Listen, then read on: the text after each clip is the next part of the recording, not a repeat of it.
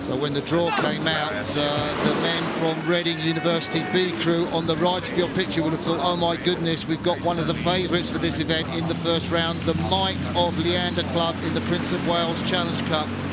Leander have won this contest so many times in recent years.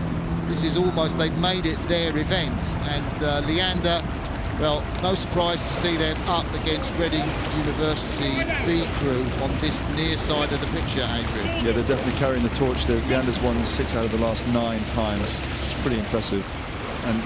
And here, quickly add to a length, really nice, consistent rhythm. Just looks quite, I wouldn't say it looks effortless because they're definitely working very hard, but the blade work is very clear, bodies are nice and still. They really are pushing the hull nicely. There we see another shot of Leander coming down the course. You can see that is a commanding lead they have over the men of Reading University B crew. It's interesting, Reading University, what great clubs and fantastic athletes like Matilda Hodgkins-Byrne have come through to race for Britain in the Olympics, but that Reading University have chosen sculling to focus on. Yeah, a few years ago they made a decision to be a small boats club and to focus on sculling, not rowing, to give them a bit of a unique sort of selling point when they're attracting talent from the schools and stuff when they come to study at university. They've got a wider range of courses, and if people are interested in sculling instead of rowing, they've got a choice. So we're just looking at Leander Club there. The stroke man closest to us in Leander Club, Rory Harris. He got a ride in the Queen Mother Cup, which is the event for international quadruple sculls. This is the intermediate event, the Prince of Wales Challenge Cup. Rory Harris got to row with 3 of the guys that won Olympic silver medal in Tokyo. What a fantastic privilege that was to see him row with those guys.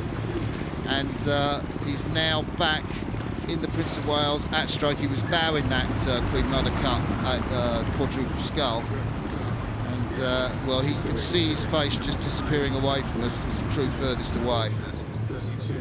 So we're now back live with this race. You can see the gap hasn't changed. Leander, well, they're looking very easy, aren't they, Adrian? Yeah, they are. They've really composed themselves now, and it's just like a very mild training run for them now. And you can see it here as they're rowing how, even as they've dropped the tempo a bit, the blade work's become a bit better. They're more parallel with the oars, and they're so much more patient with their bodies at the beginning. You see their bodies stay still as they push those legs in the first part of the stroke. So these guys are full-time athletes. They spend their time training on this stretch of river, so they'll know it intimately.